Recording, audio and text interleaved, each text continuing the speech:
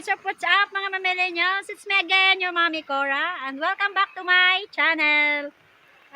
Ngayon po ay kaya nandito ako sa Sampaguitahan ay gusto ko pong ipakita sa inyo na ngayon pong buwan ng mga pagsimula po ng August, September hanggang December hanggang February ay wala pong masyadong sampagita. Kaya po at ito po ay laging umuulan. Kaya po sa nakikita ninyo sa likod ko ay nakapruning po aring mga sampagita.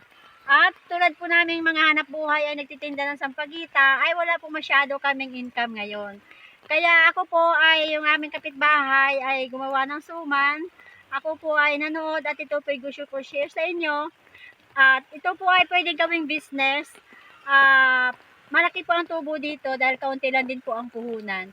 Kaya panoorin po ninyo dahil ito ay napakaganda doon sa mga nagbabalak at gustong mag-business ng suman. Suman for all occasions. Kaya sana po panoorin ninyo yung video ko ngayon at huwag po ninyong kalimutan mag-subscribe.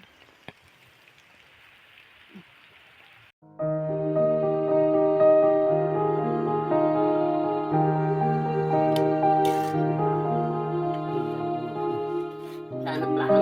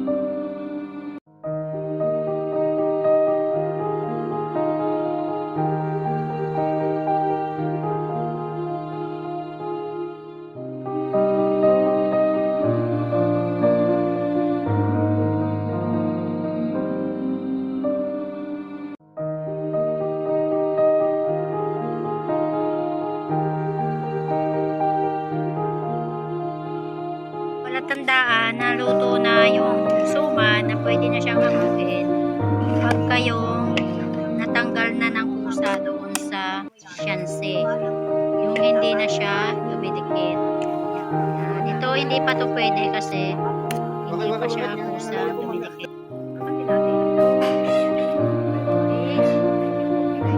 Yan, hindi na siya dumidikit doon sa siyanse. Pwede na yon. Pwede na siya tanggalin. Yan ang palatandaan na pwede na. Iba rin ang wala na. Pero si, ito naman si Bulong nasa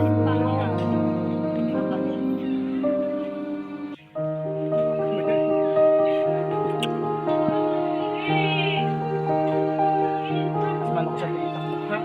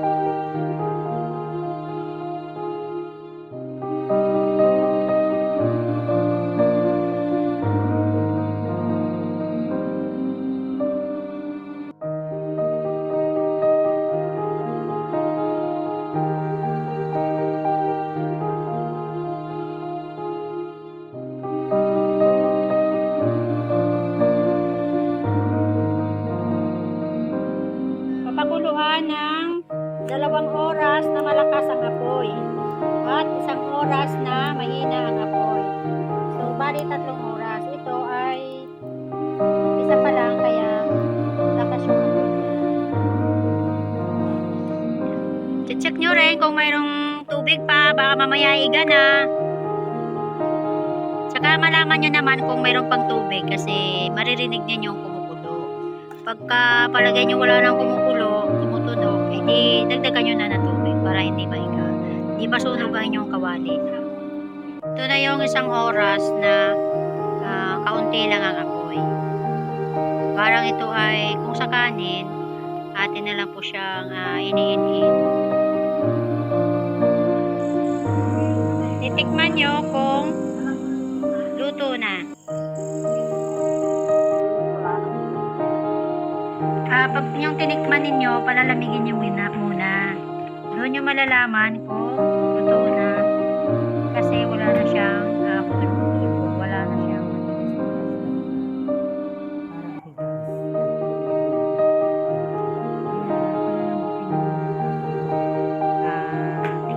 para malaman nyo talaga ang luto na. Malalaman nyo naman na luto na kasi malambot na siya. Parang kanin din. Pagkahilaw, parang sa Bisaya, alagos. Alagos pa. Meron pa siyang konting maano kayo na matigas. Kaya, saka pag tinikman ninyo, hindi nyo muna palamigin para doon yung talagang ilaw na yung inusunan. Padalawang tikim kasi kanina, mayroon pang matigas-tigas. Parang bigas. Yan, baga na lang. Ito na yung